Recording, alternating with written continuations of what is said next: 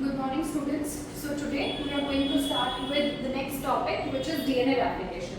देखो अभी तक जो भी हमने मॉलिक्यूलर बायोलॉजी में पढ़ा was the structural part. हमने पढ़ा कि किस तरह से डीएनए का स्ट्रक्चर आरएनए के स्ट्रक्चर से अलग है, डीएनए और RNA being the nucleic acid उनका फॉर्मेशन कैसे हो रहा है, किस तरह से न्यूक्लियोटाइड्स में बॉन्डिंग होकर एक एंटायर पॉलीन्यूक्लियोटाइड एक न्यूक्लिक एसिड का फॉर्मेशन होता है।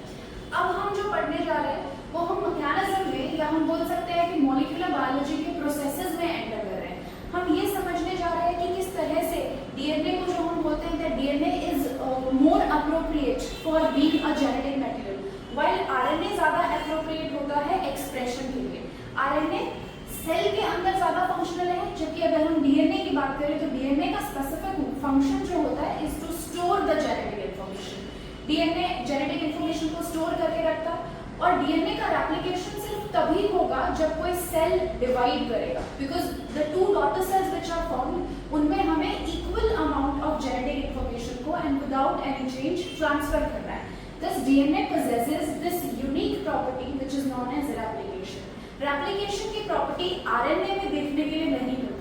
There must be some exceptions like riboviruses, जहाँ पे RNA genetic material होता है। Only in those viruses RNA can replicate, but in all organisms, in all living organisms, DNA is the genetic material. और replication की property भी हमें सिर्फ DNA में ही देखने के लिए मिलती है। तो अगर हम DNA replication की बात करें, first of all, DNA replication as its name suggests, DNA की एक exact copy बनाना या फिर DNA का replica बनाना।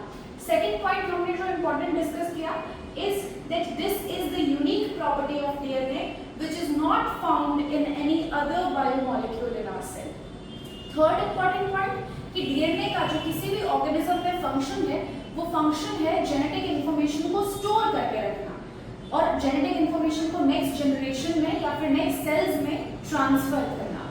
तो इस ट्रांसफर के लिए डीएनए का रेप्लिकेशन होगा जब भी कोई सेल डिवाइड करेगा। तो यहाँ पर हमने जो पॉइंट्स पढ़े we can say that DNA replication is the making of exact copies और replica of DNA. Second important point कि डीएनए का रेप्लिकेशन सेल डिवीजन के टाइम पे होगा and it is the unique property. आप बोल सकते हो it is the unique property of DNA and it occurs during cell division. अगर हम सेल डिवीजन में भी बात करें तो सेल डिवीजन में in S phase of the cell cycle DNA replicates. DNA का रेप्लिकेशन सेल साइकिल में एस फेज में होगा। अगर हम बात करें हमने एस फेज बोला तो एस फेज में आप सिर्फ और सिर्फ न्यूक्लियर डीएनए की बात कर रहे हो।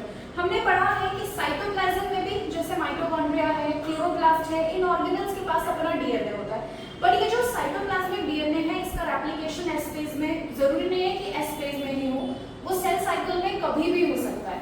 जब भी लेट्स से कि सेल को जरूरत पड़ेगी कि उसको ज्यादा एनर्जी ज्यादा एटीपी की रिक्वायरमेंट है, then the mitochondria will divide by fission और उस टाइम पे माइटोकॉन्ड्रियल डीएनए का डिवीजन हो सकता है। तो प्लीज कीप इन माइंड कि जब हमने लिखा that this DNA replication takes place during S phase of cell cycle, कि हम कौन से डीएनए की बात कर रहे हैं, we are talking about the nuclear DNA. और इससे भी ज्यादा प्रिसाइज होगा बोलना that the main genetic DNA will be replicated in S phase of the cell cycle. ठीक, इसके बाद नेक्स्ट अगर हम बात करें तो डीएनए रेप्लिकेशन का mode is important.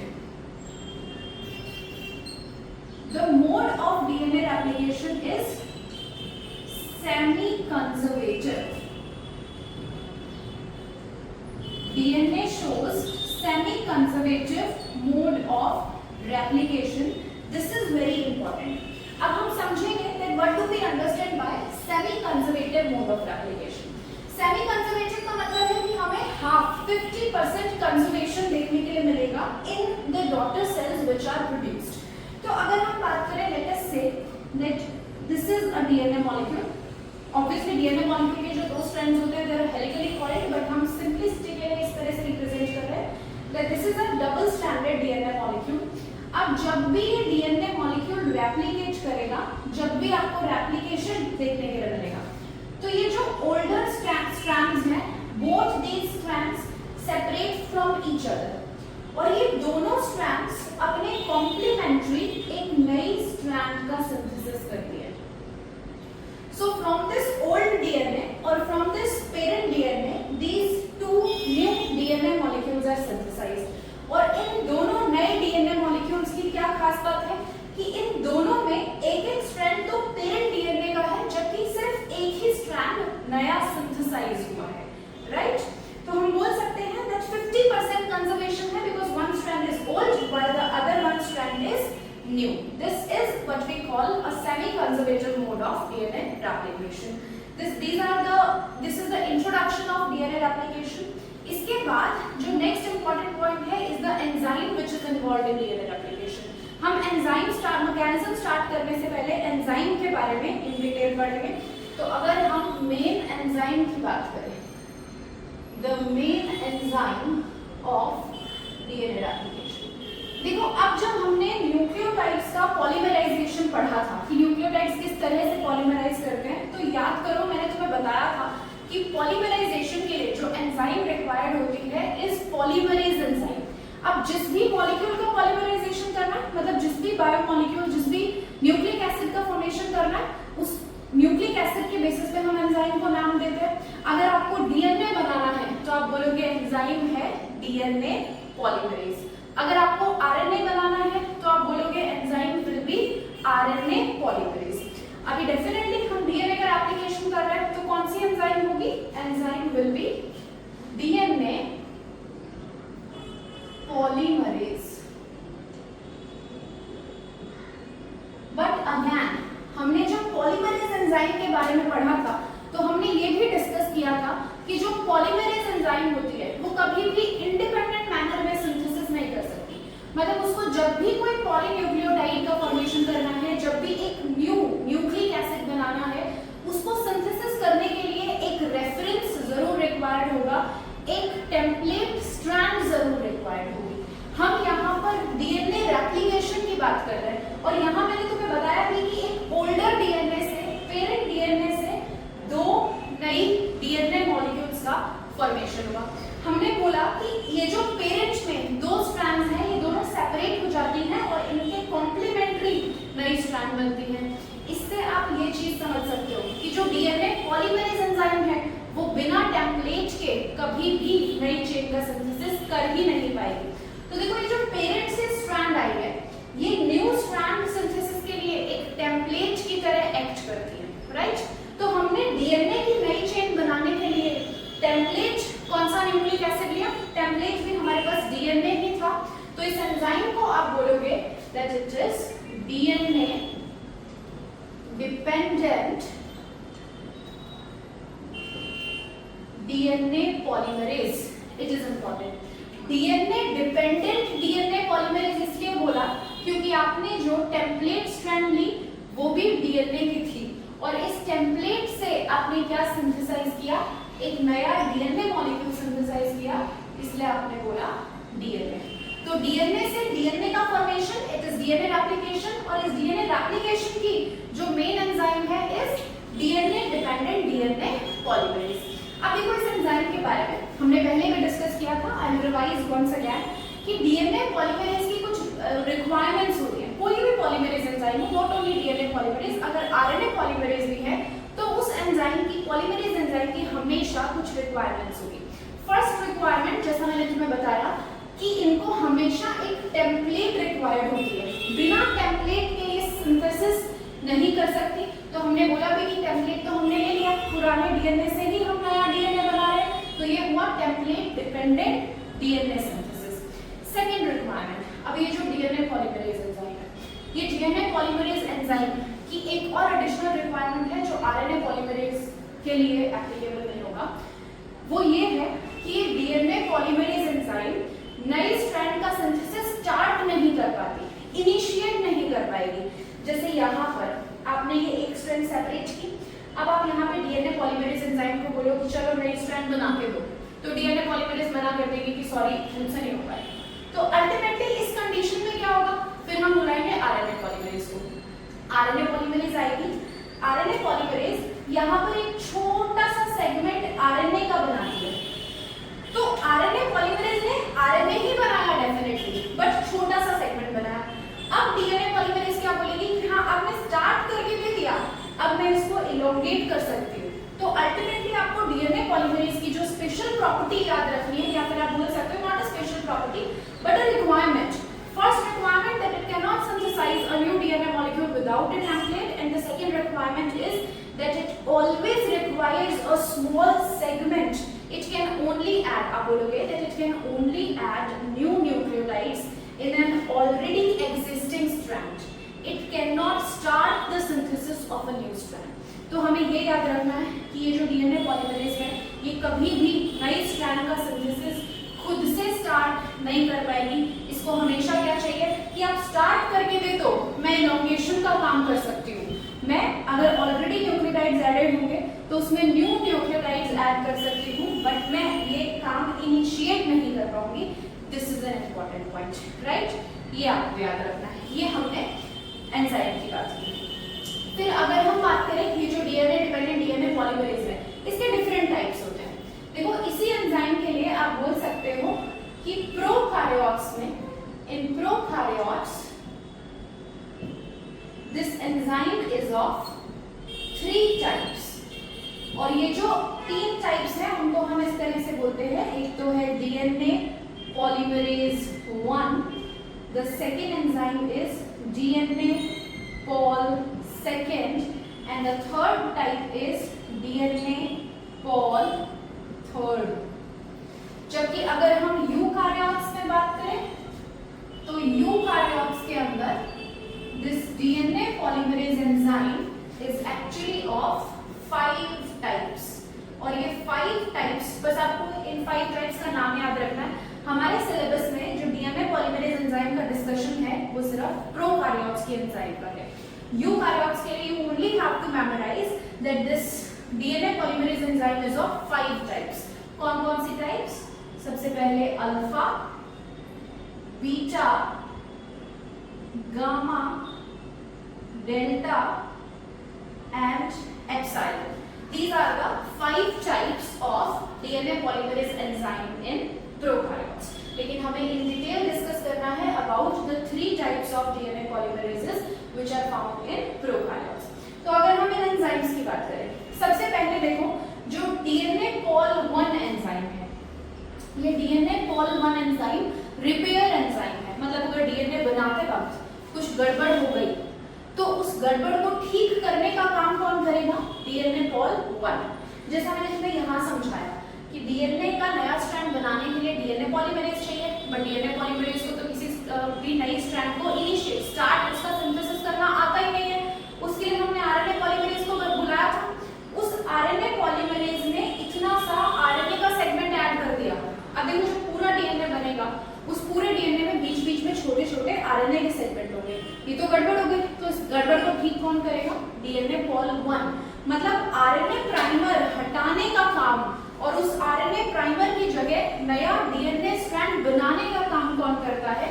DNA pol 1 करती है, and it is the main repair enzyme, right?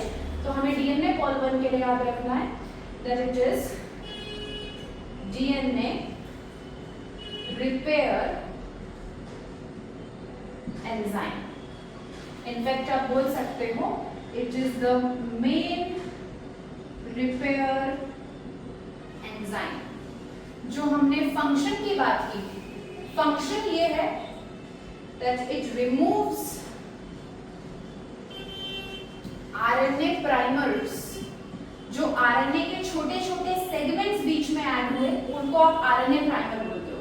तो इन RNA प्राइमर को रिमूव करने का काम एंड गैप फिल करने का काम कौन करता है? DNA pol 1 fills the gap, in gaps को फिल करेगी। सेकेंडली, इस डीएनए पॉल एंजाइम को डिस्कवर किया था कॉर्नबर्ग ने, इसलिए इस एंजाइम को हम एक और नाम से जानते हैं। It is also known as Kornberg enzyme. This name is also important. It might also be asked. ठीक है, फिर अगर हम बात करें DNA Pol 2 की, तो देखो ये जो DNA Polymerase 2 एंजाइम है ये भी एक रिपेयर एंजाइम है, लेकिन ये उतनी इंपॉर्टेंट नहीं है क्योंकि मेन रिपेयर एंजाइम तो DNA Pol 1 है। तो ये जो DNA Pol 2 एंजाइम है ये it is a repair enzyme but it is very less reactive. तो आपको याद रखना है it is a repair enzyme but it is very rare and least reactive। मतलब ये रिपेयर का काम कब करेगी? ये रिपेयर का काम सिर्फ तब करेगी जब DNA Pol 1 मीडियम में प्रेजेंट नहीं होगी, DNA Pol 1 एब्सेंट होगी सिर्फ उस टाइम पे। अगर मैं DNA Pol 3 की बात करूं तो बेटा DNA रेप्लिकेशन के हिसाब से ये एंजाइम बहुत ही ज्यादा इंपॉर्टेंट है। जो पूरा रेप्लिकेशन का काम है, मेन रेप्लिकेशन एंजाइम कौन सी है? DNA Pol 3। इसीलिए आप इसको कॉमनली रेप्लिकेज एंजाइम भी बोलते हो। It is also known as replicase enzyme. You have to keep in mind that it is the main DNA replication enzyme। तो ये हमने पढ़ा 3 टाइप की DNA पॉलीमरेज के बारे में जो प्रोकैरियोट्स में मिलती है, DNA Pol 1, Pol 2 and Pol 3। DNA Pol 1 is the main repair enzyme। अब ये पूरा मैकेनिज्म पढ़ोगे रेप्लिकेशन का तो आपको समझ भी आएगा कि हम RNA प्राइमर किसको बोल रहे हैं। तो उस RNA प्राइमर को रिमूव करने का काम, गैप फिल करने का काम किसने लिया? DNA Pol 1 में। इसको हम कॉर्नवर्ग्स एंजाइम भी बोलते हैं। सेकेंडली जो DNA Pol 2 है it is also a repair enzyme, लेकिन ये रिपेयर का काम तब करती है जब DNA Pol 1 या तो ऑक्यूपाइड होगी या फिर आप बोल सकते हो उसका अमाउंट बहुत कम होगा, अवेलेबल नहीं है इस टाइप पे, then only DNA Pol 2 is reaction. अगर हम DNA Pol 3 की बात करें तो DNA रेप्लिकेशन के according this enzyme is the most important enzyme for us because it is the main replicase enzyme। फिर देखो इन एंजाइम्स के बारे में एक और पॉइंट हमें पढ़ना है, इसको मैं रेज करती हूँ।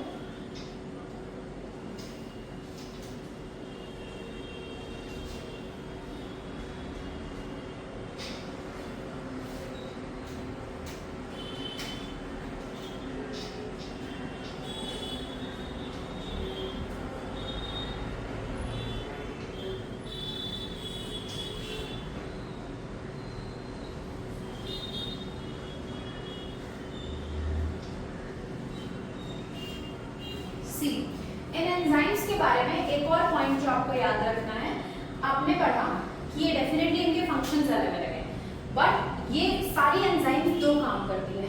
एक तो न्यूक्लियोटाइड ऐड करने का काम जिसको हम बोलते हैं पॉलीमराइजेशन करना, एक पॉलीन्यूक्लियोटाइड का फॉर्मेशन करना। दूसरा फंक्शन क्योंकि देखो रिपेयर एंजाइम है तो हो सकता है डीएनए बनाते वक्त कभी कोई गलत न्यूक्लियोटाइड भी आ जाए। अगर किसी गलत न्यूक्लियोटाइड का एडिशन हो जाएगा तो उसको रिमूव करने का काम भी तो कर रही है डीएनए पॉलीमरेज। मतलब इनके पास एंड से न्यूक्लियोटाइड को हटाने की प्रॉपर्टी भी होती है और उस प्रॉपर्टी को आप बोलते हो एक्सोन्यूक्लियस एक्टिविटी। तो आपको याद रखना है कि एंडोन्यूक्लियस और एक्सोन्यूक्लियस एक्टिविटी की डायरेक्शंस क्या क्या है। ठीक है, ये तीनों एंजाइम्स शो करेंगी पॉलीमराइजेशन एक्टिविटी, मतलब नई स्ट्रैंड सिंथेसिस की एक्टिविटी और साथ ही साथ एक्सोन्यूक्लियस एक्टिविटी। एक्सोन्यूक्लियस एक्टिविटी का मतलब क्या बताया? एक्सोन्यूक्लियस एक्टिविटी का मतलब है कि अगर एक डीएनए की स्ट्रैंड से आपको न्यूक्लियोटाइड्स रिमूव करने हैं। तो देखो अब हमने पॉलीमराइजेशन हमने पढ़ा था कि किस तरह से न्यूक्लियोटाइड्स की एक चेन बनाकर हम पॉलीन्यूक्लियोटाइड का फॉर्मेशन करते हैं। तो वहां पे जब हमने पूरा स्ट्रक्चर देखा हमने क्या समझा था कि जो भी लास्ट न्यूक्लियोटाइड का एडिशन हो रहा है किसी चेन में उसका 5th कार्बन ऑलरेडी ऑक्यूपाई हो जाता है क्योंकि वो फॉस्फेट के साथ बॉन्ड बनाता है। अगर उसके फर्स्ट कार्बन की बात करो वहां पे नाइट्रोजनस बेस एडेड है, यहाँ पर उस शुगर के पास सिर्फ एक ही कार्बन बचता है which is the 3rd prime carbon जहां पर आप एडिशन करवा सकते हो। राइट, तो आपको याद रखना है कि किसी भी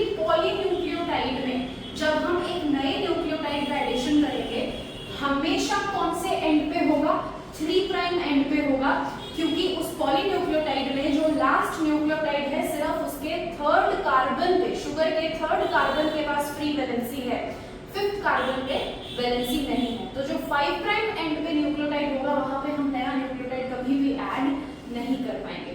तो हमेशा पॉलीमराइजेशन एक्टिविटी तो 5 प्राइम एंड से 3 प्राइम एंड की तरफ चलेगी, मतलब आप नया न्यूक्लियोटाइड हमेशा कहाँ ऐड कर सकते हो, 3 प्राइम एंड पे।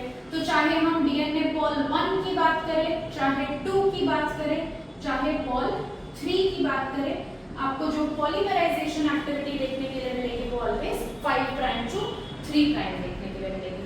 अब देखो इसका मतलब है कि जब DNA Paul enzyme 5 prime and से 3 प्राइम एंड की तरफ मूव करती है तो ये क्या करती है, नए न्यूक्लियोटाइड का एडिशन करते हुए जाती है और एक नई स्ट्रैंड का फॉर्मेशन करती है। दूसरा इंपॉर्टेंट पॉइंट ये है इनकी एक्सोन्यूक्लियस एक्टिविटी कैसी होती है। एक्सोन्यूक्लियस एक्टिविटी है कि सपोज करो एक डीएनए पॉल है, वो 5 प्राइम से 3 प्राइम की तरफ मूव कर रही है। इस तरह से जब मूव करेगी हमेशा नए न्यूक्लियोटाइड्स ऐड होते जाएंगे। बट यही डीएनए पॉलीमरेज अगर उल्टा चलने लग जाए, मतलब अब इसने चलना स्टार्ट किया 3 प्राइम एंड से 5 प्राइम एंड की तरफ, तो जब ये 3 प्राइम से 5 प्राइम की तरफ मूव करेगी तो 1 बाय 1 क्या करती हुई चलेगी, जो न्यूक्लियोटाइड्स एडेड है उनका रिमूवल होगा। तो डेफिनेटली एक्सोन्यूक्लियस एक्टिविटी आपको अपोजिट देखने को मिलेगी। आपको बस इतना याद रखना है कि अगर डीएनए पॉल एंजाइम 5 प्राइम से 3 प्राइम की तरफ जा रही है मतलब वो नए न्यूक्लियोटाइड्स का एडिशन कर रही है, और अगर वही एंजाइम 3 प्राइम से 5 प्राइम की तरफ आ रही है तो 1 बाय 1 वहां से क्या होता जाएगा, न्यूक्लियोटाइड्स रिमूव होते जाएंगे, और एंड से न्यूक्लियोटाइड को रिमूव करना उसी को बोलते हैं एक्सोन्यूक्लियस एक्टिविटी। तो एक्सोन्यूक्लियस एक्टिविटी आपको देखने के लिए मिलेगी 3 प्राइम से 5 प्राइम डायरेक्शन में। This will be the exonuclease activity. ये प्री रिक्विजिट्स हमें पढ़ने थे, मैंने तुम्हें बहुत अच्छे से डीएनए पॉलीमरेज के बारे में फिर से बताया जो हमने पहले भी पढ़ा था, और ये डीएनए पॉलीमरेज के टाइप्स भी बताए। तो अल्टीमेटली हम जो पढ़ रहे हैं वो डीएनए एप्लीकेशन है। हमारे लिए यहाँ पर सबसे पहले जो काम आएगी एंजाइम एप्लीकेशन करने के लिए वो कौन सी है, वो है डीएनए पॉल 3। एंड नाउ अब हम मूव करेंगे किस तरफ, मैकेनिज्म की तरफ। So now we are going to study the mechanism of DNA replication. Just give me a moment and we'll start.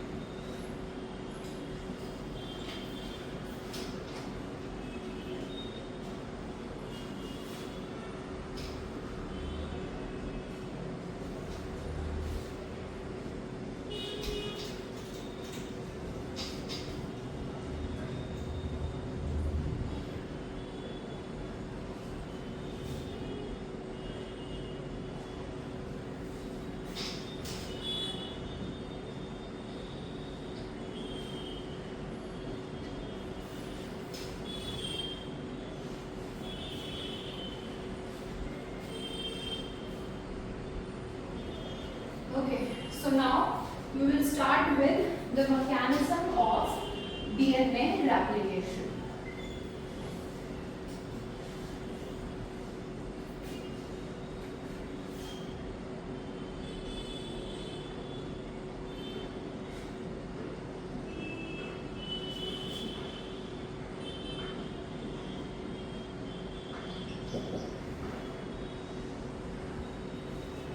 देखो अगर हम डीएनए एप्लीकेशन के मैकेनिज्म की बात करें तो सबसे पहले आपकी बॉडी का कोई भी मैकेनिज्म हो, चाहे आप रेप्लिकेशन पढ़ रहे हो, चाहे आप इसके बाद ट्रांसक्रिप्शन पढ़ोगे, या फिर इसी चैप्टर में हम ट्रांसलेशन मतलब प्रोटीन सिंथेसिस भी पढ़ेंगे, तो उसमें क्या किया जाता है, हमारी बॉडी भी मैकेनिज्म्स चलते हैं उनमें सबसे पहले सबस्ट्रेट को एक्टिवेट किया जाता है।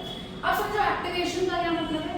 एक्टिवेशन मतलब उस सबस्ट्रेट को थोड़ी सी एनर्जी दे देना, उसको थोड़ा सा अनस्टेबल बना देना, ताकि जब वो रिएक्शन करे तो वो ज्यादा रिएक्टिव हो, तब वो एनर्जी रिलीज करे और रिएक्शन स्मूथली कंप्लीट हो जाए।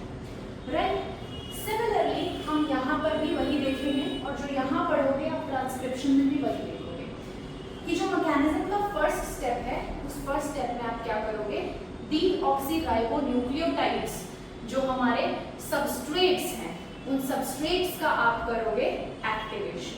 ऑलराइट, तो जो पहला स्टेप रहेगा मैकेनिज्म का, the first step is activation of deoxyribonucleotides, deoxyribonucleotides का एक्टिवेशन। एक्टिवेशन का मतलब है इनको एनर्जी देना। अब देखो सेलुलर वर्ल्ड में एनर्जी देने का मतलब क्या होता है, हमारी सेलुलर करेंसी कौन है, एटीपी। एटीपी के पास जो एनर्जी है किस फॉर्म में है बच्चे, एटीपी के पास फॉस्फेट ग्रुप के फॉर्म में एनर्जी है, एडिनोसिन ट्राइफॉस्फेट, उसके पास 3 फॉस्फेट हैं। जब भी हमें एटीपी से एनर्जी चाहिए रहती है हम क्या करते हैं, हम उसका एक फॉस्फेट बॉन्ड हटा देते हैं। फॉस्फेट बॉन्ड रिमूव होता है, जब बॉन्ड ब्रेक होता है तो एनर्जी रिलीज होती है और उसी रिलीज्ड एनर्जी को हम अपनी मेटाबॉलिक प्रोसेसेस में यूटिलाइज करते हैं। तो सिमिलरली डीऑक्सीराइबोन्यूक्लियोटाइड्स को एक्टिवेट करना मतलब कौन सा बॉन्ड बनाना, फॉस्फेट बॉन्ड का फॉर्मेशन करना। तो अगर हम डीऑक्सीराइबोन्यूक्लियोटाइड्स की बात करें तो देखो ये जो डीऑक्सीराइबोन्यूक्लियोटाइड्स है कौन कौन से हैं हमने डिस्कस किया था कि नाइट्रोजन बेसेस 4 हैं जो आरएनए फॉर्मेशन में यूज होते हैं। These nitrogen bases are adenosine, guanine, thymine and cytosine. इस नाइट्रोजन बेस को जब आप शुगर पे ऐड करते हो तो फॉर्मेशन हो जाता है एक न्यूक्लियोसाइड का। उस न्यूक्लियोसाइड पे जब आप एक फॉस्फेट बॉन्ड ऐड करते हो तो बनता है न्यूक्लियोटाइड, और वहीं पे अगर आपकी शुगर होगी डीऑक्सीराइबोज शुगर तो हम बोलेंगे डीऑक्सीराइबोन्यूक्लियोटाइड। ऑलराइट, तो आपको हम शॉर्ट फॉर्म में भी लिख सकते हो कि यहाँ पर 4 टाइप्स के डीऑक्सीराइबोन्यूक्लियोटाइड्स होंगे। फर्स्ट ऑफ ऑल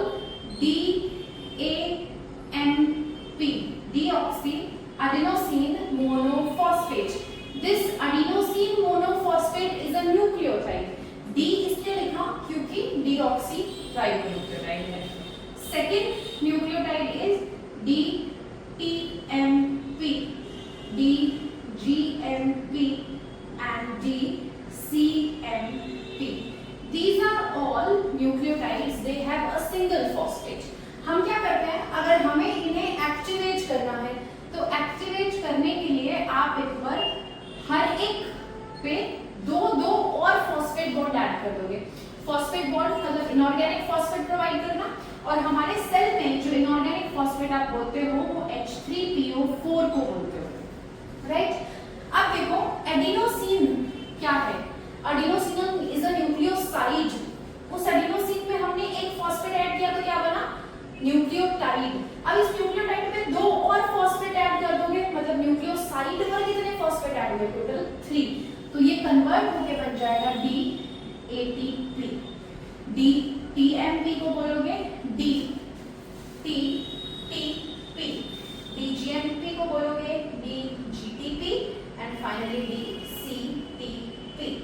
तो अब ये जो आपने एक्टिवेशन किया इनको हम बोल सकते हैं these are activated deoxyribonucleotides।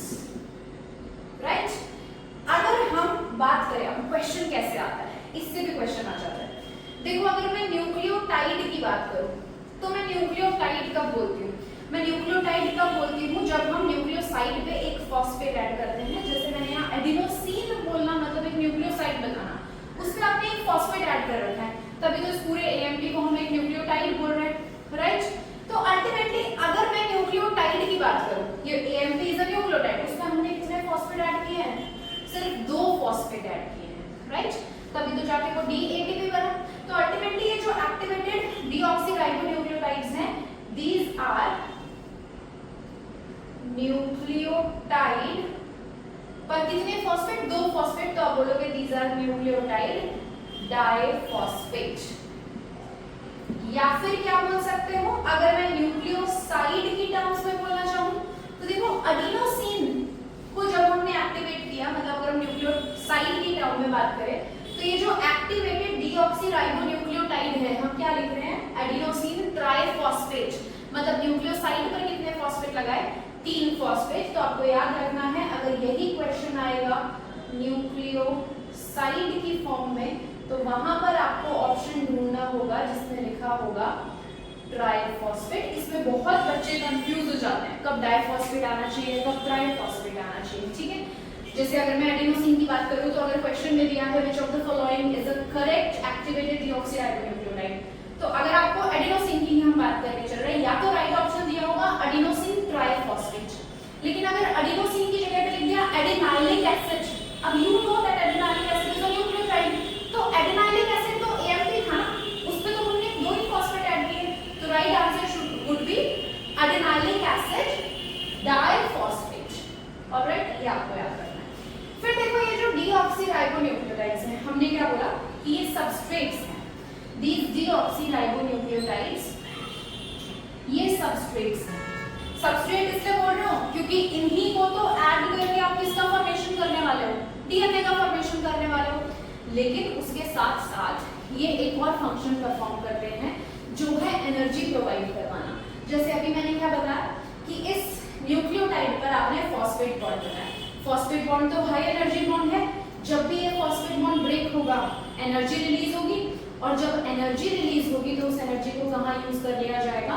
उसको यूज कर लिया जाएगा न्यूक्लियोटाइड की बाइंडिंग में, आप बोल सकते हो न्यूक्लिक एसिड के फॉर्मेशन में। ठीक है, तो जब भी ये nucleotides activated nucleotides DNA formation के लिए जाकर सबस्ट्रेट की तरह ऐड होते हैं, उस टाइम पे ये अपने दोनों फॉस्फेट ग्रुप्स रिलीज कर देते हैं। और जब ये दोनों फॉस्फेट ग्रुप रिलीज करेंगे तो बहुत सारी एनर्जी रिलीज होगी और उस एनर्जी को हम बेस पेयरिंग में यूज करते हैं। इसीलिए ये बोलना बिल्कुल सेफ है that DNA replication is definitely an energetically expensive process, but वो एक्सपेंस माइटोकॉन्ड्रिया से नहीं उठवाता, वो एक्सपेंस खुद उठाना जानता है। डीएनए ने अपने सबस्ट्रेट्स को पहले एक्टिवेट किया है। अब जब इन सबस्ट्रेट्स का एडिशन किया जाएगा उस टाइम के सबस्ट्रेट्स खुद एनर्जी रिलीज करेंगे और उस एनर्जी को किसमें यूज कर लिया जाएगा? डीएनए मॉलिक्यूल के फॉर्मेशन में। मतलब आप बोल सकते हो that DNA replication is independent of mitochondrial energy.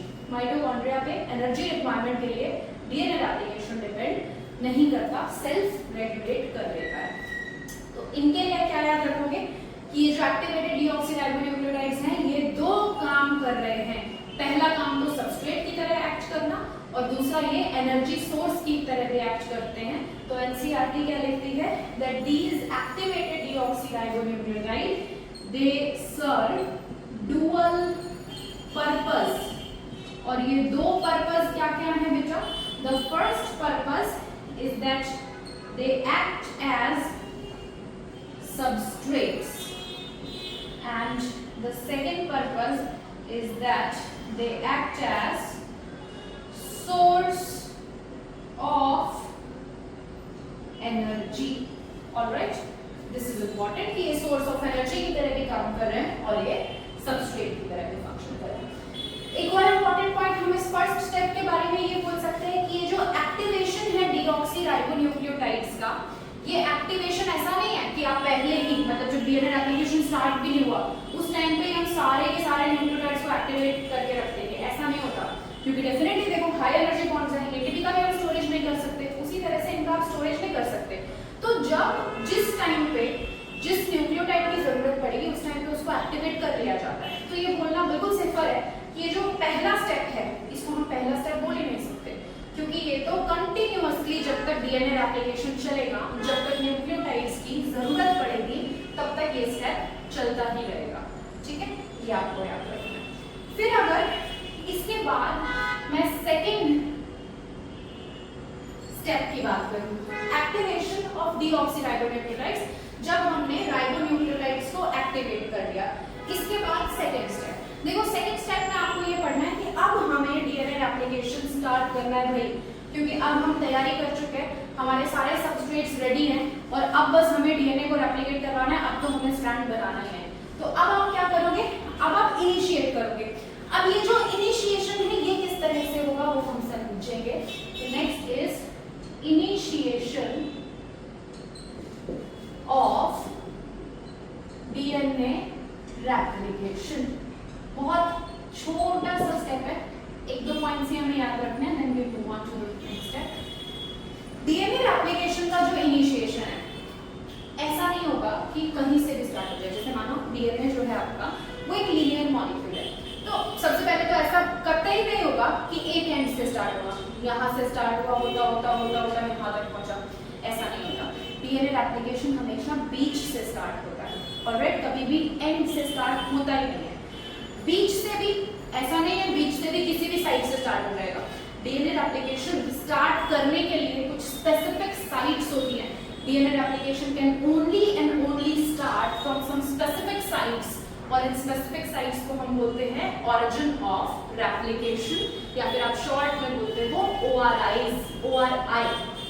तो आप बोल सकते हो ये जो initiation है ये एक specific site से start होगा। Initiation की एक specific site होगी और उस specific site को हमने क्या बोला, origin of replication, या फिर origin of replication की जगह पे आप सिंपली लिख सकते हो ORI। ये जो ORI है, अब ORI में ऐसी क्या खास बात है कि ORI से ही स्टार्ट होगा रेप्लिकेशन। तो देखो सबसे पहले तो ORI वो साइट है जहां से डीएनए को सेपरेट करना इजी है, क्योंकि आपने पढ़ा है कि जब भी नया डीएनए मॉलिक्यूल बनाएंगे तो पहले ओल्डर स्ट्रैंड को सेपरेट करना पड़ेगा। तो सेपरेशन इजी है ORI से। क्यों इजी है? Because this ORI is a AT rich region. DNA का ये AT रिच रीजन है, मतलब यहाँ पे 80 बेस पेयर्स ज्यादा हैं, और 80 बेस पेयर में डबल बॉन्ड होते हैं, जीसी में तो ट्रिपल बॉन्ड होते हैं। तो ट्रिपल बॉन्ड के मुकाबले डबल बॉन्ड को तोड़ना इजी है, इसीलिए आप बोल सकते हो क्योंकि ORI एक AT रिच रीजन है। साथ ही साथ जो एंजाइम ब्रेक करेगी आप बोल सकते हो उसकी रेकग्निशन साइट भी है ORI, तो रेप्लिकेशन सिर्फ वहीं से स्टार्ट होगा। ऑलराइट, नेक्स्ट अगर हम डिफरेंस की बात करें कि किस तरह से प्रोकैरियोट्स और यूकैरियोट्स में ORI डिफर करेगा, तो देखो अगर सबसे पहले मैं बात करूं प्रोकैरियोट्स की, तो प्रोकैरियोट्स में आपको याद रखना है कि प्रोकैरियोट्स में सिर्फ एक ही origin of replication होता है। Prokaryotes have only a single ORI, which means replication सिर्फ एक ही जगह से स्टार्ट हो सकता है। तो सबसे पहले तो प्रोकैरियोट्स का डीएनए कैसा होता है? प्रोकैरियोट्स का डीएनए होता है सर्कुलर एंड डबल स्ट्रैंडेड। इस सर्कुलर डबल स्ट्रैंडेड डीएनए पर एक सिंगल ORI होगा। दिस इज द ORI, ठीक है, this is an important point, single ORI in prokaryotes. जबकि अगर मैं यूकैरियोट्स की बात करूं, यूकैरियोट्स का डीएनए होता है long and they have a linear DNA also. Eukaryotes have multiple ORIs, they have more than one ORI। आप बोल सकते हो ये एक ORI है, this is an origin of replication। ये डीएनए डेफिनेटली और elongate हो रहा होगा, वो एंड पर नहीं होगा कभी भी ORI, बीच में ही होगा। तो आप बोल सकते हो कि eukaryotes will have multiple origin of replication, मतलब जो रेप्लिकेशन स्टार्ट होगा वो मल्टीपल साइट से स्टार्ट होगा, जबकि प्रोकैरियोट्स में रेप्लिकेशन एक ही साइट से स्टार्ट होगा। ORI के बारे में एक और इम्पॉर्टेंट पॉइंट, कोई भी ऑर्गेनिज्म हो, चाहे वो प्रोकैरियोट हो चाहे वो यूकैरियोट हो, ओरिजिन ऑफ रेप्लिकेशन के दोनों साइड्स पे होगा हमेशा रेप्लिकेशन स्टार्ट। मतलब ऐसा नहीं होगा कि ORI से एक ही तरफ से रेप्लिकेशन होना स्टार्ट हुआ और पूरा घूमता हुआ वापस चला गया। No, replication will always start on both sides of ORI। इसीलिए हम बोलते हैं the DNA replication is bidirectional in all organisms because replication starts at both sides of ORI। तो ये जो ORI हमने यहाँ रिप्रेजेंट किया, इस ORI में इस तरफ भी रेप्लिकेशन स्टार्ट होगा, इस तरफ भी रेप्लिकेशन स्टार्ट होगा, और ये बीच में आकर कहीं यहाँ मिल जाएंगे और दोनों डीएनए एक दूसरे से सेपरेट हो जाएंगे। सिमिलरली ये भी जो ORIs बनाए, इनमें भी एक ओरिजिन के दोनों तरफ रेप्लिकेशन स्टार्ट होगा। तो this is an important point that replication or rather DNA replication is bidirectional। और हमने DNA replication को bidirectional क्यों बोला? Bidirectional आपने इसलिए बोला because replication starts at both sides of ORI। So you have to keep in mind that replication starts at both sides of ORI। Alright, this was the second point. This is all that we have to discuss। तो देखो हमने mechanism start किया। Mechanism में हमने बहुत easy छोटे छोटे दो स्टेप पढ़े। पहला स्टेप क्या पढ़ा कि जो भी substrate, and it is not only about application, मैंने तुम्हें बताया, आप ट्रांसक्रिप्शन भी पढ़ोगे, आप ट्रांसलेशन भी पढ़ोगे। आप ट्रांसक्रिप्शन में देखोगे हम वहां भी राइबोन्यूक्लियोटाइड्स को एक्टिवेट करेंगे। ट्रांसलेशन में सबस्ट्रेट कौन होता है? Amino acid. तो वहां पर भी आप अमीनो एसिड का एक्टिवेशन देखोगे। सिमिलरली जब डीएनए एप्लीकेशन चलता है तो यहाँ पर आप क्या करते हो? डीऑक्सीराइबोन्यूक्लियोटाइड्स मतलब सबस्ट्रेट्स का एक्टिवेशन करते हो। इनका एक्टिवेशन करने का फायदा क्या हुआ? देखो एक तो ये सबस्ट्रेट थे, साथ ही साथ हमने इनको हाई एनर्जी फॉस्फेट बॉन्ड भी दे दिया। अब जब ये फॉस्फेट बॉन्ड, जब भी ये सबस्ट्रेट ऐड होगा डीएनए बनाने के लिए, तो ये एक्टिवेटेड डीऑक्सीराइबोन्यूक्लियोटाइड्स अपने दो फॉस्फेट रिलीज कर देंगे। फॉस्फेट बॉन्ड तोड़ा, phosphate bond is a high energy bond, मतलब क्या हुई? एनर्जी रिलीज हुई, और उस रिलीज्ड एनर्जी को कहाँ यूज किया जाता है? डीएनए एप्लीकेशन में यूज किया जाता है। तो आपको याद रखना है कि ये जो डीऑक्सीराइबोन्यूक्लियोटाइड्स हैं, ये दो काम, एनसीईआरटी का टर्म है, डुअल पर्पस, दो फंक्शन सर्व करते हैं। पहला तो ये सबस्ट्रेट के इंटरैक्ट करते हैं और दूसरा ये एनर्जी का भी सोर्स है, राइट। नेक्स्ट पॉइंट आपने पढ़ा डीएनए एप्लीकेशन का इनिशिएशन, और इसमें हमने बस छोटा सा एक पॉइंट पढ़ा कि जो डीएनए का इनिशिएशन है एप्लीकेशन का, वो रैंडमली कहीं से भी स्टार्ट नहीं होगा, वो ऑलवेज एक स्पेसिफिक साइट से स्टार्ट होता है। उस स्पेसिफिक साइट को आप क्या बोलते हो? ओरिजिन ऑफ एप्लीकेशन और ORI। ऑलराइट, चलो फिर इसके बाद हम पढ़ेंगे थर्ड स्टेप। थर्ड स्टेप में क्या पढ़ोगे कि इस ORI से डेफिनेटली आपको दोनों स्ट्रैंड को सेपरेट करना पड़ेगा, तभी तो आप नई स्ट्रैंड बना पाओगे, राइट। क्योंकि हमने पढ़ा है जो न्यू डीएनए स्ट्रैंड्स होती हैं वो सेमी कंजर्व्ड होती है, उनमें एक पेरेंटल स्ट्रैंड होता है और दूसरा नया स्ट्रैंड। तो थर्ड स्टेप में पढ़ोगे ORI में अनवाइंडिंग कैसे कर रहे हो, मतलब इन दोनों स्ट्रैंड्स को सेपरेट कैसे कर रहे हो। So let us move on.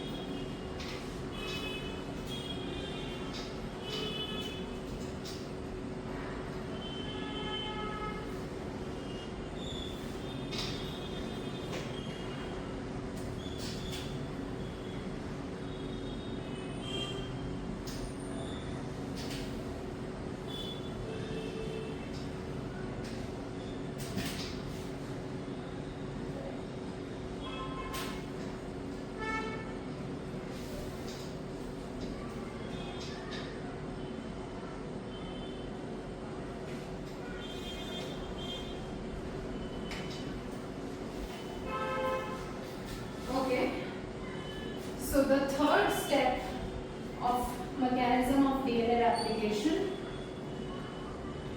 is unwinding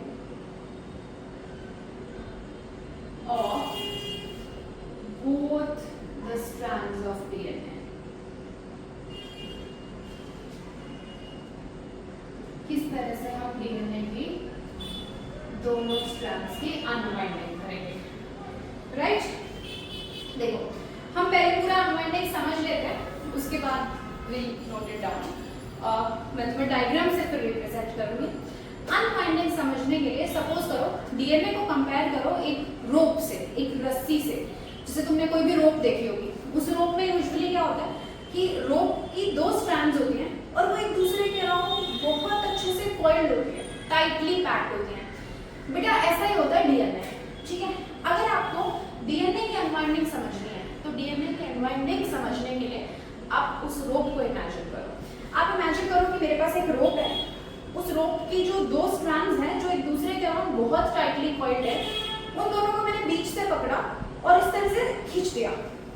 definitely मुझे खींचने में फोर्स लगेगा क्योंकि दोनों स्ट्रैंड्स टाइटली कॉइल्ड हैं।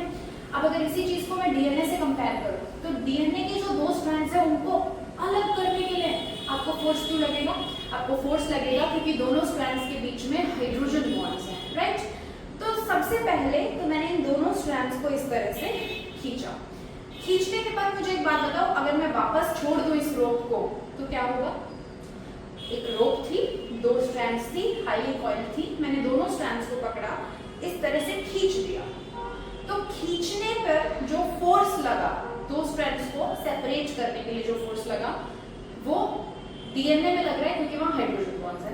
अब ये जो दोनों स्ट्रैंड्स मैंने अलग की, अगर इन दोनों स्ट्रैंड्स को मैं छोड़ देती हूँ तो इमेजिन करो क्या होगा? वो दोनों स्ट्रैंड्स, रस्सी की जो 2 स्ट्रैंड्स है वो एक दूसरे के अराउंड फिर से कॉइल हो जाएंगी। तो ये दिक्कत डीएनए में भी आती है। अभी मैं तुम्हें बस बता रही हूँ कि हम किस तरह से स्ट्रैंड को सेपरेट करते हैं। जब हम स्ट्रैंड को सेपरेट करते हैं तो क्या क्या प्रॉब्लम्स आती हैं और फिर उन प्रॉब्लम्स को कैसे सॉल्व किया जाता है। तो हमने पहली चीज देखी कि पहली प्रॉब्लम तो आएगी कि हमें बहुत फोर्स लगाना पड़ेगा क्योंकि वहां पे हाइड्रोजन बॉन्ड्स है, तो हमें कुछ ना कुछ हाइड्रोजन बॉन्ड्स ब्रेक करने के लिए चाहिए। सेकंड, अगर छोड़ दिया तो फिर से कॉइल हो जाएगा, तो हमें रिकॉइलिंग रोकना है। और तीसरी जो प्रॉब्लम, मतलब जो नेक्स्ट प्रॉब्लम आएगी, वो नेक्स्ट प्रॉब्लम ये कि जैसे ही मैं उस रस्सी को सेपरेट कर रही हूँ, नीचे जो एंड होगा उस रस्सी का वो ना बहुत तेज घूमेगा। अब इमेजिन करना कि आपके पास एक रोप है, आपने उसकी 2 रस्सियां पकड़ी, उन दोनों रस्सियों को इस तरह से खींचा। जब आप खींचोगे ना तो नीचे जो रोप होगी वो बहुत तेजी से, या फिर ऊपर वाले की, दोनों बहुत तेजी से घूम रही होगी। क्यों? क्योंकि जब मैंने खींचा तो ऊपर और नीचे के सेगमेंट में अनवाइंडिंग का एक स्ट्रेस आता है, और क्योंकि इस रोप का नीचे का एंड ओपन है तो वो घूम रहा है और वहां से वो स्ट्रेस रिलीज हो रहा है। बट डीएनए में ऐसा नहीं होता। डीएनए के 2 एंड्स ओपन नहीं होते, मतलब तो जो स्ट्रेस आएगा अनवाइंडिंग का वो डीएनए के दोनों एंड पे इकट्ठा होता जाएगा, और फिर फाइनली जैसे जैसे आप ऊपर जाओगे एक टाइम आएगा कि आप इतना ज्यादा स्ट्रेस इकट्ठा हो जाएगा कि अब आप अनवाइंडिंग ही नहीं कर पाओगे। इसको आप बोलते हो सुपर कॉइलिंग स्ट्रेस। जैसे मैंने 2 रोप्स को सेपरेट किया तो इसके ऊपर जो सेपरेटेड सेगमेंट है उसके ऊपर और नीचे सुपर कॉइलिंग हो जाती है, और वो सुपर कॉइलिंग फर्दर और ज्यादा अनवाइंडिंग होने नहीं देती। तो इस सुपर कॉइलिंग के जो स्ट्रेस है उस स्ट्रेस को हमें रिलीज करना पड़ता है। उसको कैसे रिलीज करेंगे?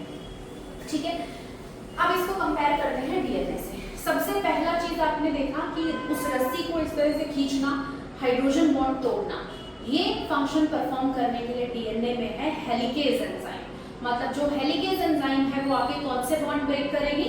रोप को सेपरेट करने के लिए हाइड्रोजन बॉन्ड। सबसे पहले हेलिकेज एंजाइम आती है, हाइड्रोजन बॉन्ड ब्रेक करती है। ठीक है, वो हम ड्रॉ करके समझते हैं। सपोज करो ये डीएनए की एक स्ट्रैंड है, राइट।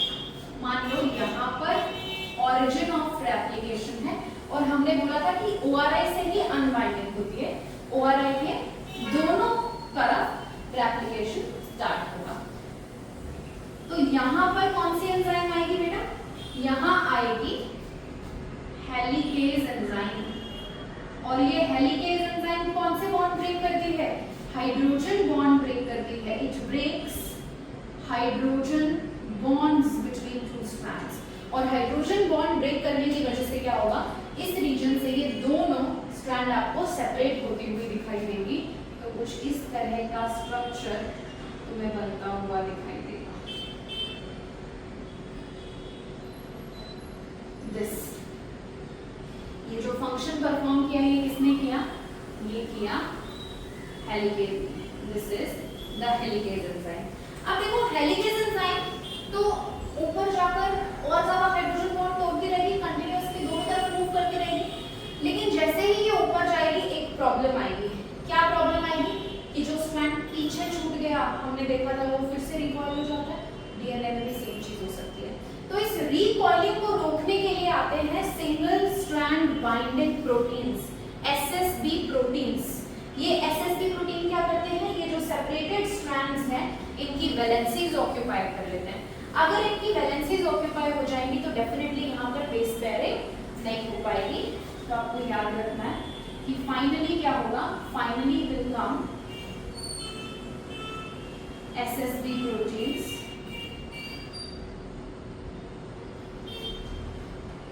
यहाँ हेलिकेज एंजाइम थी, हेलिकेज एंजाइम के साथ यहाँ पर आएंगे एसएसबी प्रोटीन्स।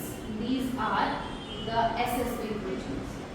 और ये एसएसबी प्रोटीन्स क्या कर रहे हैं, ये एसएसबी प्रोटीन सिंगल स्ट्रैंड पे बाइंड कर रहे हैं। SSB protein single strand binding proteins. ये सिंगल स्ट्रैंड बाइंडिंग प्रोटीन का फंक्शन क्या है, इनका फंक्शन है कि ये रिकॉइलिंग नहीं होने देते, तो दे प्रिवेंट रिकॉइलिंग।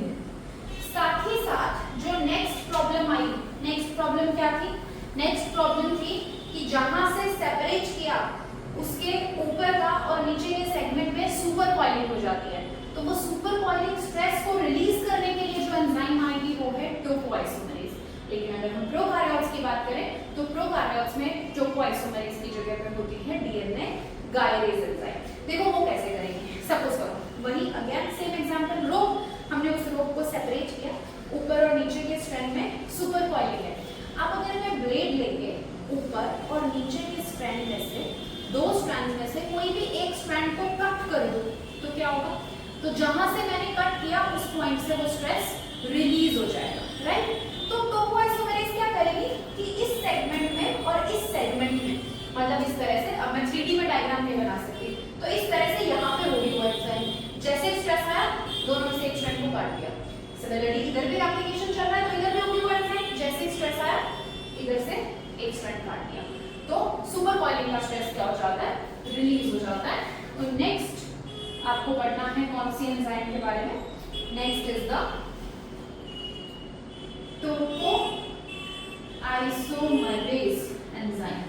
और यही एंजाइम अगर हम बोले प्रोकार्योट्स में, तो प्रोकार्योट्स में इसका फंक्शन कौन परफॉर्म करता है, डीएनए गायरेज। ऑलराइट, हम इस तरह से रिप्रेजेंट कर सकते हैं कि हमने देखा था ये ओपन सेगमेंट है,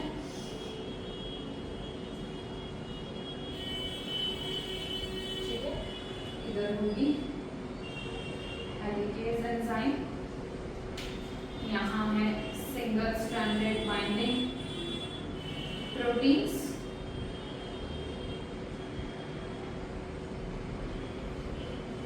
और finally here will be the tocoisomerase enzyme. This is the tocoisomerase enzyme, जो क्या करेगी, किस तरह से रिलीज करेगी, आप बोल सकते हो कि क्या करती है, it releases super coiling stress. It releases super coiling stress. ठीक है, कैसे रिलीज करती है वो भी मैंने तुम्हें बताया कि ये डीएनए की एक स्ट्रैंड को कट कर देती है, right. This is the third point. हमने क्या किया, यहाँ पर ओआरआई का, ओआरआई से आपने डीएनए की दोनों स्ट्रैंड्स को सेपरेट करना स्टार्ट किया, स्ट्रैंड भी सेपरेट हो गई। अब हमारे पास टेम्पलेट अवेलेबल है, तो अब हम क्या करेंगे, डीएनए की नई स्ट्रैंड का सिंथेसिस स्टार्ट करेंगे। So the fourth point would be synthesis of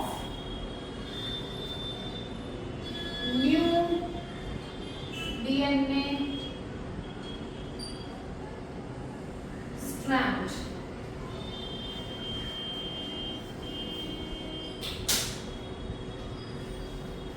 Synthesis of new DNA strand. देखो हमने यहाँ पर तुम्हें बताया था, जैसे मैंने कि ओआरआई के दोनों साइड पर एप्लीकेशन स्टार्ट होता है, वैसा ही मैंने दिखाया भी, लेकिन बुक्स में आपको ये डायग्राम देखने के लिए नहीं मिलेगा। यूजुअली हम जब डीएनए एप्लीकेशन स्टडी करते हैं तो हम दोनों तरफ का एप्लीकेशन नहीं दिखाते, क्योंकि दोनों तरफ एक ही काम चल रहा होता है, बिल्कुल सिमिलर फंक्शन। तो बुक्स में आपको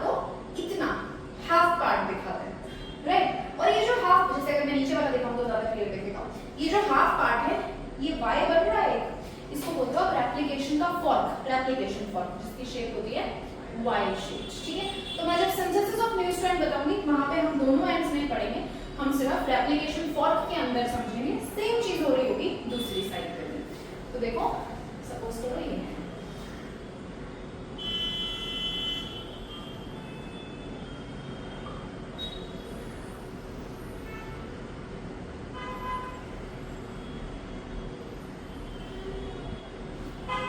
ठीक है, ये क्या बनाया आपने, this is Y shaped replication fork।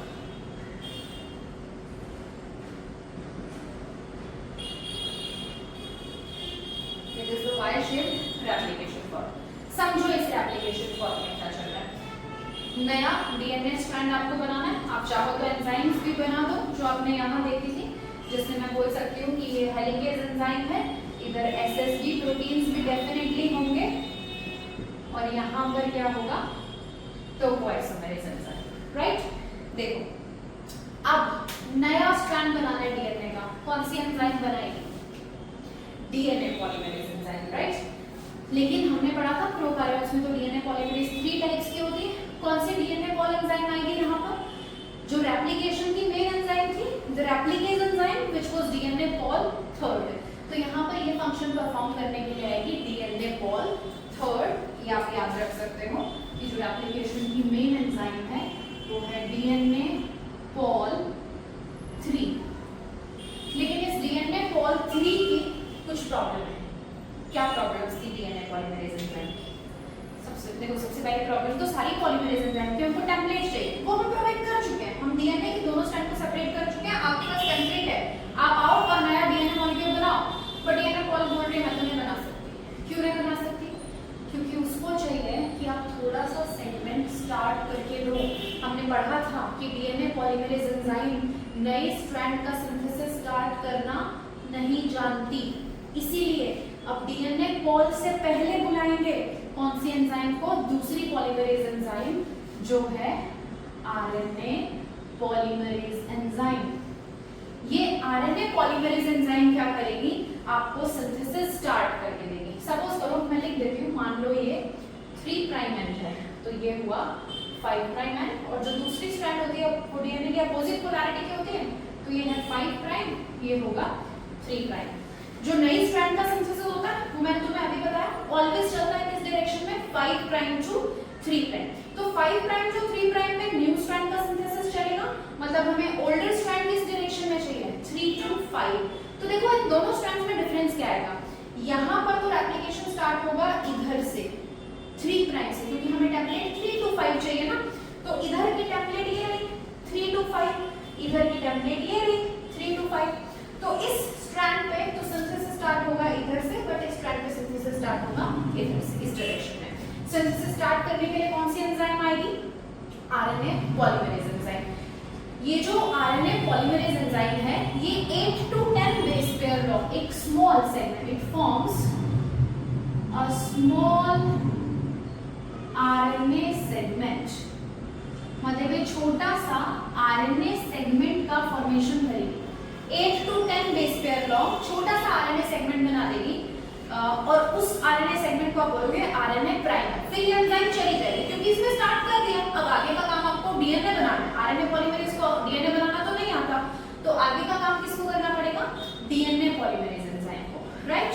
तो देखो it forms a small RNA segment, कितने बेस पेयर लॉन्ग बताया मैंने तुम्हें, 8 to 10 बेस पेयर लॉन्ग, और इस छोटे से आरएनए सेगमेंट को हम बोलते हैं आरएनए प्राइमर।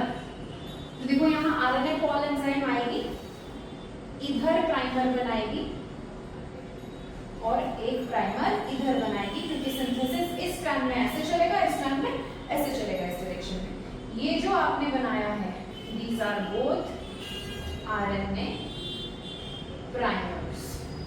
तो ये वाली आरएनए पॉलीमरेज एंजाइम जो यहाँ पे यूज हो रही है वो किसका सिंथेसिस कर रही है, आरएनए प्राइमर का, डीएनए के स्ट्रैंड फॉर्मेशन को इनिशिएट कर रही है।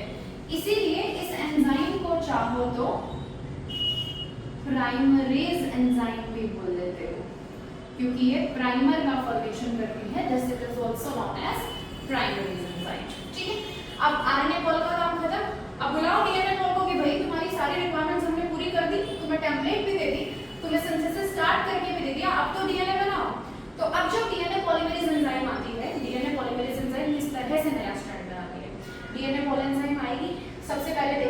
टेम्पलेट पे न्यूक्लियोटाइड का सीक्वेंस, कि टेम्पलेट स्ट्रैंड पे न्यूक्लियोटाइड का क्या सीक्वेंस है, राइट। और उस सीक्वेंस के कॉम्प्लीमेंट्री वन बाय वन उस सीक्वेंस के कॉम्प्लीमेंट्री न्यूक्लियोटाइड्स ऐड करती चली जाएगी। सिमिलरली इधर दूसरी आरएनए कॉल आएगी, ये भी कॉम्प्लीमेंट्री न्यूक्लियोटाइड ऐड करती चली जाएगी। अब याद करो ये जो न्यूक्लियोटाइड्स ऐड हो रहे हैं ये एक्टिवेटेड न्यूक्लियोटाइड्स हैं, और हमने बताया था कि जब भी ये न्यूक्लियोटाइड्स ऐड होंगे ये क्या रिलीज करते हैं, 2 फॉस्फेट ग्रुप रिलीज करते हैं, जिसकी वजह से एनर्जी रिलीज होती है।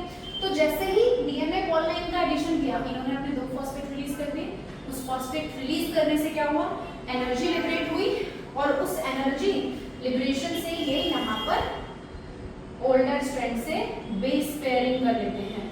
साथ में ही डीएनए कॉल क्या करती है, फॉस्फोएस्टर बॉन्ड बना के डीएनए का ये जो सेगमेंट है इसको कंटीन्यूअस कर देती है। यहाँ पर भी सेम, जब ये न्यूक्लियोटाइड्स ऐड हुए, इन्होंने 2 फॉस्फेट ग्रुप रिलीज किए, उस रिलीज एनर्जी से हाइड्रोजन बॉन्ड्स बने, बेस पेयरिंग हुई, और डीएनए कॉल ने फॉस्फोएस्टर बॉन्ड बना के डीएनए के सेगमेंट को कंटीन्यूअस कर दिया। तो आप बोल सकते हो यहाँ जो एंजाइम है ये कौन सी एंजाइम है, इट इज डीएनए कॉल।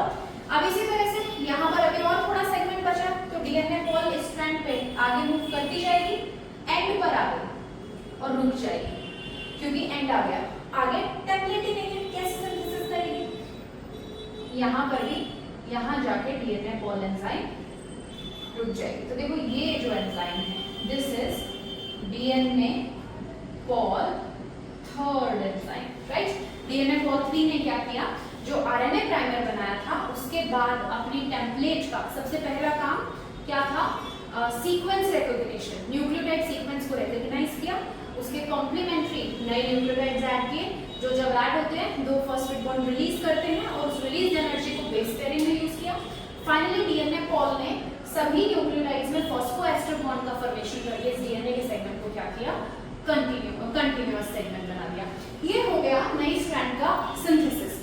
लेकिन ये जो हेलिकेज का कॉम्प्लेक्स है, हेलिकेज, एसएसबी प्रोटीन्स और टॉपोआइसोमेरेज, ये कंटीन्यूअसली आगे मूव करते जाएंगे। मतलब पीछे से आप कभी भी, ऐसा कभी नहीं होगा बेटा कि पहले पूरी दोनों स्ट्रैंड को सेपरेट कर लेते हैं फिर आराम से डीएनए बनाएंगे, नो। जैसा कि यहाँ पे थोड़ा सा सेपरेशन हुआ ना, यहाँ पे इतना सा सेगमेंट खाली दिखा, आरएनए कॉल और डीएनए कॉल आके डीएनए बनाना शुरू कर देती है सेपरेशन से पहले। अब ये हेलिकेज कॉम्प्लेक्स अपना काम करता जाएगा, पीछे से डीएनए पॉलीमरेज अपना काम करती जाएगी। तो ये तो हमने देखा इनिशिएशन। अब हम देखेंगे इलोंगेशन कैसे होगा। तो after initiation, after the synthesis of new strand, जो नेक्स्ट स्टेप है आपका वो है elongation of the new strand. तो अब आप पढ़ोगे कि इस स्ट्रैंड को इलोंगेट कैसे किया जाएगा।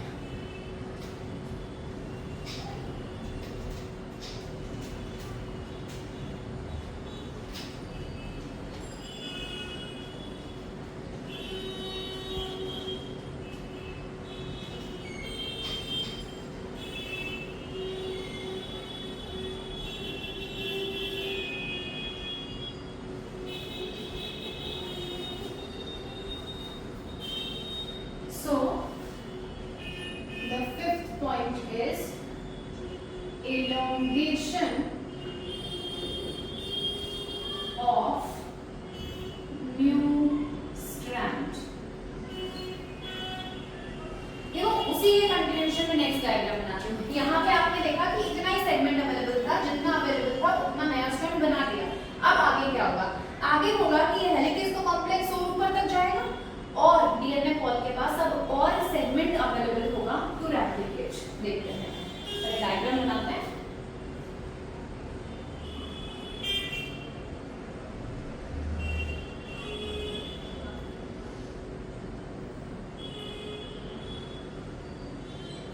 देखो ये हमने देखा था, ये 3 प्राइम एंड था और यहाँ पे मैंने 5 प्राइम एंड लिखा था। सॉरी 5 नहीं, this will be 5 and this will be 3। तो ये होगा 5 प्राइम। आपने देखा कि 3 प्राइम एंड पर यहाँ क्या हुआ, ये जो टेम्पलेट है इस टेम्पलेट की डायरेक्शन है 3 प्राइम टू 5 प्राइम। इस 3 प्राइम पे सबसे पहले एक आरएनए प्राइमर का फॉर्मेशन हमने वहां देखा। आरएनए प्राइमर के बाद डीएनए कॉल एंजाइम आती है और ये डीएनए कॉल एंजाइम क्या करती है, इलॉन्गेशन करती है और डीएनए सेगमेंट कंटिन्यू करता जाता है।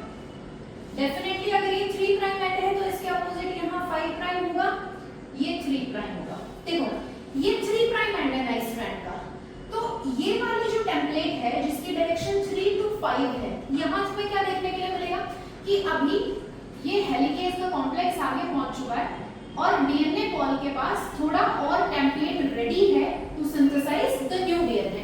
तो यहाँ तुम्हें क्या देखने के लिए मिलेगा, नए डीएनए का 3 प्राइम एंड, और हमने पढ़ा था पॉलीमराइजेशन के टाइम पे हम न्यू डीएनए न्यू न्यूक्लियोटाइड कहाँ ऐड कर सकते हैं, 3 प्राइम एंड पे।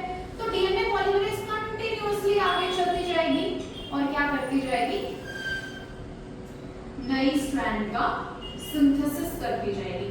अल्टीमेटली अब ये 3 प्राइम एंड और इलॉन्गेट हुआ तो यहाँ पहुंच गया। अब ये हेलिकेज कॉम्प्लेक्स और ऊपर जाएगा और स्ट्रैंड मिलेगा और इस टेम्पलेट का कंटिन्यूअस सिंथेसिस होता चला जाएगा, मतलब कहीं पर भी रुकेगा ही नहीं। तो अल्टीमेटली आप बोल सकते हो कि ये जो स्ट्रैंड हम पढ़ रहे हैं जिसकी डायरेक्शन, इस टेम्पलेट की डायरेक्शन जो 3 प्राइम टू 5 प्राइम टेम्पलेट होती है, उस पे डीएनए स्ट्रैंड का सिंथेसिस कंटिन्यूअस चलता है, कोई भी ब्रेक नहीं आता। लेकिन यहाँ देखो दूसरी टेम्पलेट पे एक प्रॉब्लम आएगी, इस टेम्पलेट की डायरेक्शन 5 से 3 है, इसीलिए हमने यहाँ से सिंथेसिस स्टार्ट किया था, क्योंकि टेम्पलेट हमें हमेशा 3 to 5 चाहिए होता है। तो उस डायग्राम में देखो यहाँ आरएनए प्राइमर आपने लगाया था, ये आपने आरएनए प्राइमर लगाया, फिर डीएनए 3 प्राइम के अपोजिट यहाँ 5 प्राइम एंड होगा जिसपे नया न्यूक्लियोटाइड ऐड नहीं हो सकता। फिर फाइनली डीएनए कॉल ने ये सेगमेंट बनाया, यहाँ आया 3 प्राइम एंड। अब इस स्ट्रैंड को मुझे कंटिन्यू करना है, ये जो नई स्ट्रैंड बनी, देखो नई स्ट्रैंड को कंटिन्यू करना है, उसको और एलोंगेट करना है, मतलब उसके कौन से एंड पे मैं न्यूक्लियोटाइड जोड़ सकती हूँ, 3 प्राइम पे। लेकिन 3 प्राइम एंड पे तो टेम्पलेट ही खत्म हो गया, आगे हमारे पास टेम्पलेट है ही नहीं, बट इधर तो खाली टेम्पलेट पड़ा है, तो हमें सिंथेसिस तो बेटा यही करना पड़ेगा, आगे तो स्कोप ही नहीं है। मतलब आप बोल सकते हो अगर ये 5 प्राइम एंड है तो डेफिनेटली यहाँ भी तो 3 प्राइम एंड होगा। अब हमें क्या करना पड़ेगा, अब हमें सिंथेसिस फिर से यहाँ से करना पड़ेगा, सॉरी, अब हमें सिंथेसिस फिर से यहाँ से स्टार्ट करना पड़ा था जैसे उसमें हमने किया था। अब अगेन एक इशू आ गया कि भाई यहाँ से स्टार्ट करना पड़ेगा, और स्टार्ट करने का काम तो डीएनए कॉल करती ही नहीं है, मतलब हम फिर से बुलाएंगे आरएनए पॉलीमरेज एंजाइम को। आरएनए पॉलीमरेज एंजाइम क्या करेगा, फिर से यहाँ पर एक आरएनए प्राइमर लगाएगा और आरएनए प्राइमर के बाद आएगी डीएनए कॉल एंजाइम, और वो डीएनए कॉल इस सेगमेंट का सिंथेसिस कंटिन्यू कर देगी। मतलब समझो मेरे पास 2 टेम्पलेट हैं डीएनए सिंथेसिस के टाइम पे, ठीक है। हम टेम्पलेट हमेशा सिर्फ एक ही डायरेक्शन में ले सकते हैं जो है 3 to 5, लेकिन अगर मैं डीएनए की बात करूं तो ये वाली जो टेम्पलेट है, इस टेम्पलेट की डायरेक्शन क्या है, देखो 3 प्राइम टू 5 प्राइम। जबकि अगर मैं इस टेम्पलेट की बात करूं, इस टेम्पलेट की डायरेक्शन क्या है, 5 प्राइम टू 3 प्राइम। तो हमने देखा कि ये जो 2 टेम्पलेट हैं उनमें से डीएनए बनाना बहुत इजी है भाई 3 प्राइम टू 5 प्राइम पे, क्योंकि यहाँ डीएनए का सिंथेसिस कंटिन्यूअस चलता है। तो आप बोलोगे कंटिन्यूअस सिंथेसिस। जबकि अगर हम बात करें 5 प्राइम टू 3 प्राइम की, यहाँ क्या देखा, यहाँ चल रहा है डिसकंटिन्यूअस सिंथेसिस। डिसकंटिन्यूअस क्यों, इतना सेगमेंट बना फिर आरएनए प्राइमर लगाना पड़ा। अब ये हेलिकेज कॉम्प्लेक्स और ऊपर जाएगा और टेम्पलेट मिलेगा, फिर आरएनए प्राइमर लगाना पड़ेगा। मतलब जो डीएनए बन रहा है देखो सेगमेंट्स में बन रहा है, एक सेगमेंट ये है, एक सेगमेंट ये है। This strand is not continuous, इसीलिए आपने बोला कि जो टेम्पलेट 5 to 3 है उसका सिंथेसिस कैसा चलता है, डिसकंटीन्यूअस। मुझे बताओ एक पे कंटीन्यूअस दूसरे पे डिसकंटीन्यूअस, तो दोनों में से जल्दी कौन सा बनेगा, जो कंटीन्यूअस बन रहा है, लीड करता हुआ जाएगा हमेशा। इसीलिए इस स्ट्रैंड को आप बोलते हो जो 3 to 5 प्राइम पे बन रही है, इसको बोलोगे लीडिंग स्ट्रैंड। जबकि अगर मैं टेम्पलेट 5 to 3 की बात करूं, वहां जो डीएनए का स्ट्रैंड बन रहा है उसको आप बोलोगे लैगिंग स्ट्रैंड। डिसकंटिन्यूअस है, लैगिंग है, न्यू डीएनए जो बना वो सेगमेंट्स में बना, ठीक है, इज फॉर्म्ड इन सेगमेंट्स, और इन सेगमेंट्स को क्या बोलते हैं, ओकाज़ाकी सेगमेंट्स। ओकाज़ाकी सेगमेंट्स आपको कहां देखने के लिए मिलेंगे, टेम्पलेट 5 to 3 पे या 3 to 5 पे, 5 to 3 पे, ठीक है। क्यों मिलेगी 5 to 3 पे, क्योंकि हमें एडिशन के लिए हर बार 5 प्राइम एंड मिलता है, जिससे हम नया न्यूक्लियोटाइड ऐड नहीं कर पाते, तो हमें ऊपर से सिंथेसिस स्टार्ट करना पड़ता है, और सिंथेसिस स्टार्ट करना है तो हमें प्राइमर लगाना पड़ता है। एक और क्वेश्चन पूछा जा सकता है, देखो ये रेप्लिकेशन फॉर्क है बच्चा, इस रेप्लिकेशन फॉर्क में अगर मैं टेम्पलेट 3 to 5 की बात करूं तो जो डीएनए बन रहा है वो अंदर की तरफ बन रहा है, 5 to 3 डायरेक्शन में टूवर्ड्स द फॉर्क बन रहा है, जबकि यहाँ पे अवे फ्रॉम द फॉर्क। तो आपको याद रखना है कि यहाँ जो डीएनए सिंथेसिस चलेगा वो इनवर्ड्स चलेगा, या फिर बोल दो टूवर्ड्स द फॉर्क, बट इधर जो डीएनए सिंथेसिस चलेगा टेम्पलेट 5 to 3 पे वो आउटसाइड आउटवर्ड्स चलेगा, या फिर आप बोल सकते हो away from the fork. This is all. इसी तरह से डीएनए रेप्लिकेशन चलता जाएगा और स्ट्रैंड मिलती जाएगी, और जब तक कंप्लीट डीएनए में रेप्लिकेशन नहीं हो जाता तब तक ये सेम प्रोसेस चलती रहेगी और डीएनए रेप्लिकेशन कंप्लीट हो जाएगा। एक प्रॉब्लम आएगी जब डीएनए रेप्लिकेशन कंप्लीट हो जाएगा, तो देखो यहाँ पर दो स्ट्रैंड्स हैं, एक स्ट्रैंड पे तो कंटिन्यूअस बन रहा है, दूसरे स्ट्रैंड पे फ्रेगमेंट्स में बन रहा है। तो प्रॉब्लम क्या आएगी, जब हमारा पूरा डीएनए बन जाएगा उसमें बीच बीच में क्या प्रेजेंट होगा, आरएनए प्रेजेंट होगा, आरएनए प्राइमर। डीएनए में आरएनए ये तो गड़बड़ है, मतलब गलती है, इसको रिपेयर करना पड़ेगा, और रिपेयर के लिए कौन सी एंजाइम होती है, डीएनए पॉल 1। Very good. तो आपको याद रखना है कि जैसे ही ये सिंथेसिस कंप्लीट होगा उसके बाद कुछ और प्रोसेसेस चलती हैं। क्या प्रोसेसेस, सबसे पहले आती है डीएनए पॉल 1 एंजाइम। ये डीएनए पॉल 1 एंजाइम क्या करती है, सारे प्राइमर्स को रिमूव करेगी, और प्राइमर को रिमूव करने के बाद जो गैप बचेगा उसमें क्या डाल देगी, डीऑक्सीराइबोन्यूक्लियोटाइड, मतलब उसकी जगह पे डीएनए सेगमेंट बना देगी। तो हमने पहले भी लिखा था it removes primer and fills the gap, gap fill करती है, ठीक है। उसके बाद नेक्स्ट प्रॉब्लम देखो, इस स्ट्रैंड पे जो सिंथेसिस हो रहा है वो सेगमेंट्स में हो रहा है, these are Okazaki segments. Segments में हो रहा है तो इन सेगमेंट्स को ज्वाइन भी तो करना पड़ेगा, अलग अलग सेगमेंट है। ज्वाइनिंग के लिए जो एंजाइम आती है, ज्वाइनिंग के लिए एंजाइम हमेशा लाइगेज होती है। अगर आपको आरएनए का सेगमेंट ज्वाइन करना है तो एंजाइम होगी आरएनए, बट हमें यहाँ डीएनए सेगमेंट जोड़ने हैं तो एंजाइम है डीएनए लाइगेज। आप बोल सकते हो ये क्या करती है, it joins all Okazaki segments. सारी प्रॉब्लम्स खत्म, आरएनए भी हटा दिया, सेगमेंट्स को जोड़ भी दिया। अब क्या होगा, देखो DNA is the most important biomolecule. DNA के रेप्लिकेशन में कुछ गड़बड़ अगर हो जाए तो क्या होगा, हमारा पूरा जीन चेंज हो जाएगा, हमारी फंक्शनिंग गड़बड़ हो जाएगी। तो इन सब के बाद एक और फंक्शन परफॉर्म होता है विच इज प्रूफ रीडिंग। मतलब जो हमने डीएनए नया बनाया उस पूरे डीएनए का हम क्या करते हैं, एक बार उसको प्रूफ रीड करते हैं कि कहीं कुछ गड़बड़ तो नहीं होगी, कोई नया न्यूक्लियोटाइड तो इनकॉर्पोरेट नहीं हो गया। प्रूफ रीडिंग का काम कौन करेगा, डीएनए पॉल 1 एंड 2 जो रिपेयर एंजाइम है डेफिनेटली, ये तो हम पहले ही पढ़ चुके हैं। मेजरली डीएनए पॉल 1 बट कभी कभी पॉल 2 भी फंक्शन कर जाती है। तो आपको याद रखना है कि लास्ट में होती है प्रूफ रीडिंग, कि जितना डीएनए बना वो डीएनए में कुछ गड़बड़ तो नहीं है, और ये प्रूफ रीडिंग करने के लिए कौन सी एंजाइम आती है, DNA pol 1 and Paul 2। So this is all about DNA replication जो आज के लेक्चर में हमने डिस्कस किया, राइट। पहले हम एक छोटा सा समरी देखते हैं।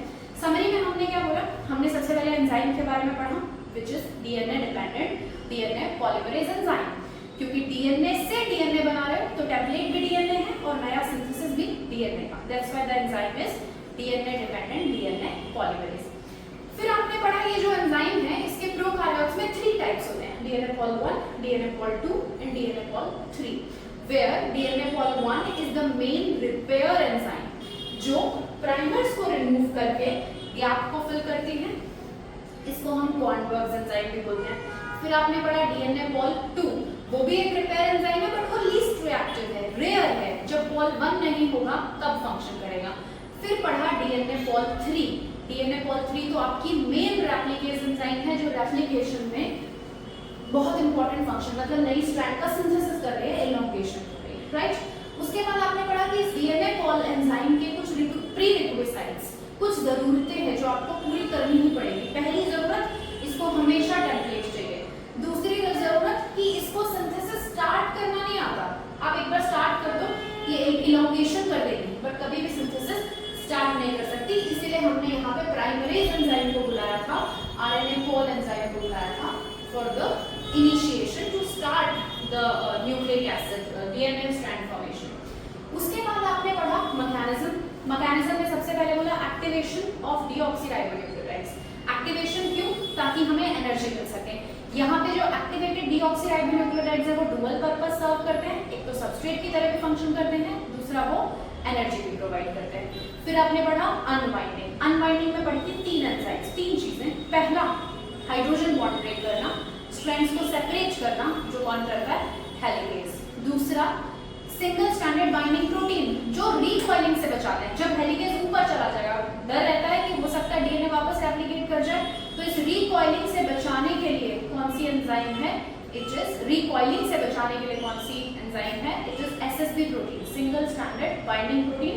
थर्ड वो टोपोआइसोमरेज, जिसको प्रोकैरियोट्स में आप डीएनए गायरेज एंजाइम बोलते हो, जो सुपर कॉइलिंग के स्ट्रेस को रिलीज करता है, right. This was unwinding. Unwinding के बाद आपने इनिशिएशन कैसे करते हैं आपको देखा, मैंने बताया इनिशिएशन स्पेसिफिक साइट से होगा व्हिच आर ओआरआईज। उसके बाद आपने पढ़ा कि किस तरह से हम नई स्ट्रैंड का सिंथेसिस करते हैं। सिंथेसिस के लिए पहले आरएनए पॉल आती है, प्राइमर बनाती है, इसीलिए उसको प्राइमरेज भी बोलते हैं। फिर डीएनए पॉल आके क्या करती है?